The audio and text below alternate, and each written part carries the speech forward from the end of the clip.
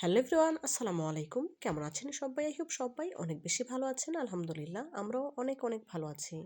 আজ আপনাদের জন্য নিয়ে এলাম নতুন আরও একটি রেসিপি। আজ শেয়ার করব ঝটপট ডিম ভুনা রান্নার সহজ একটি রেসিপি। কীভাবে খুব সহজেই অল্প সময়ে ডিম ভুনা করা যায় তার সকল টিপস সহ আজকের রেসিপি। তো বন্ধুরা, কথা না বাড়িয়ে চলুন ডিম ভুনা রান্নার মূল প্রস্তুত প্রণালীতে যাওয়া যাক। ডিম ভুনা করার জন্য এখানে প্রায় 8টি ডিম সেদ্ধ করে নিয়েছি। ডিম সেদ্ধ করে খোসা ছাড়িয়ে নিয়েছি, দেখতেই পাচ্ছেন। এখন এই ডিমগুলোকে একটি কাঁটা চামচের সাহায্যে কেচে নিতে হবে, যাতে করে ডিমের ভেতরে মশলাটা ঢুকে। এভাবে করে অবশ্যই চেষ্টা করবেন কাঁটা চামচের সাহায্যে কেচে নিতে, তাহলে ডিমটা খেতেও অনেক বেশি ভালো লাগবে মশলাটা ভেতরে ঢুকলে। দেখুন, এক এক করে সবগুলো ডিম কাঁটা চামচের সাহায্যে কেচে নিচ্ছি বা ফুটো করে নিচ্ছি। এক এক করে সবগুলো ডিম ফুটো করে নিয়েছি। রান্নার জন্য চুলায় চলে আসলাম। চুলায় একটি প্যান বসিয়ে নিয়েছি। প্যান যখন গরম হয়ে এসেছে দিয়ে দিলাম পরিমাণ মতো সয়াবিন তেল।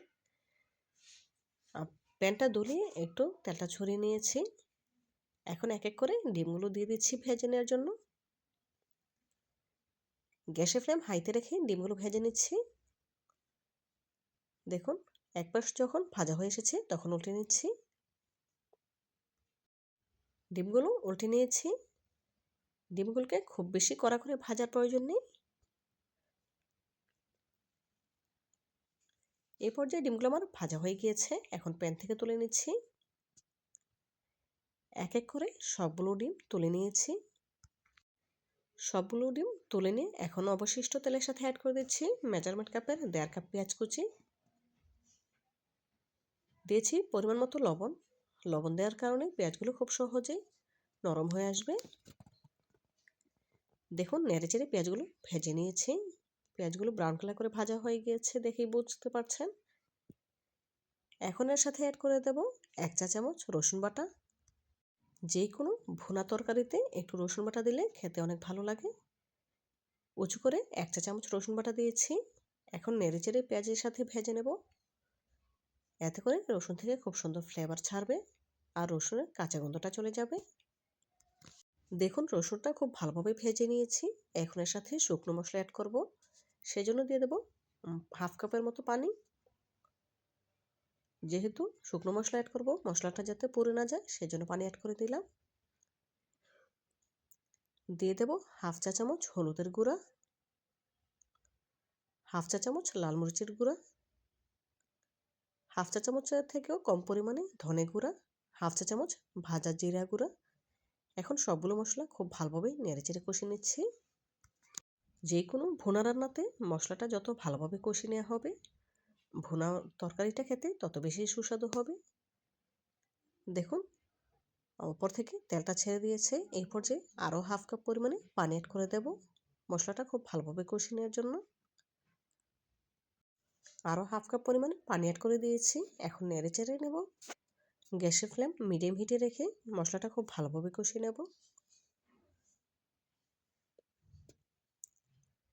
খুব ভালোভাবে নেড়েচেড়ে যখন বলক চলে এসেছে তখন ঢাকা দিয়ে দেব।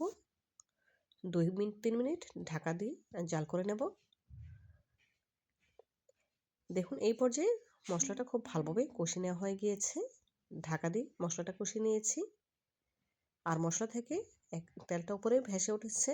এখন এর সাথে অ্যাড করে দেব আগে থেকে সেদ্ধ করে ভেজে নেওয়া ডিমগুলো। এখন নেড়েচেড়ে নেব। খুব ভালোভাবে নেড়েচেড়ে নিয়ে ঢাকা দিয়ে দেব।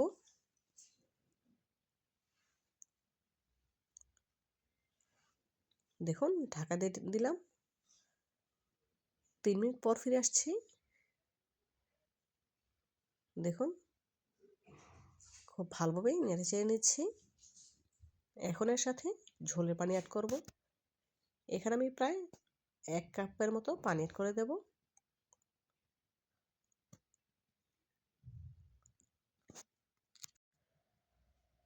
খুব ভালোভাবে নেড়েচেড়ে নিয়ে আবারও ঢাকা দিয়ে দেব। ঢাকা দিয়ে মিডিয়াম হিটে রান্না করে নেব প্রায় 5 মিনিট। ফিরছি 5 মিনিট পর। দেখুন, 5 মিনিট পর ফিরে এলাম। বাকি রান্নাটা আমি ঢাকা তুলেই করব, আর ঢাকবো না। মিডিয়াম হিটে রেখে রান্নাটা করে নিচ্ছি। এই পর্যায়ে প্রায় 8 মিনিটের মতো মিডিয়াম হিটে রান্না করে নিয়েছি। এখন এর সাথে অ্যাড করে দেবো কয়েকটি লাল সবুজ কাঁচামরিচ,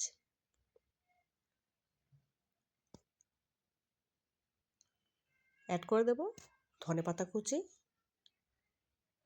অবশ্যই লবণটা চেক করে নেবেন। রান্নাটা আমার কমপ্লিট হয়ে গিয়েছে। আমি যতটুকু লবণ দিয়েছিলাম পারফেক্ট হয়েছে, সেই জন্য লবণ দেওয়ার প্রয়োজন পড়েনি। তবে আপনারা অবশ্যই লবণটা চেক করে নেবেন। এখন একটু নেড়েচেড়ে নিয়ে গ্যাসের ফ্লেম অফ করে দিয়েছি। দেখলেন তো বন্ধুরা, খুব সহজেই ঝটপট ডিম ভুনাটা রান্না করে নিলাম।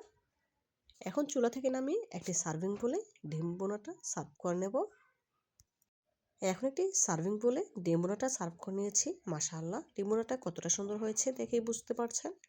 তো বন্ধুরা, আমার রেসিপিটি ফলো করে আপনারা একবার হলেও বাসায় এভাবে ট্রাই করবেন এবং খেয়ে আমাকে কমেন্ট করে জানাবেন কেমন হয়েছে। আজকের মতো বিদায় নিচ্ছি। দেখা হবে নতুন কোনো দিনে নতুন কোনো রেসিপিতে।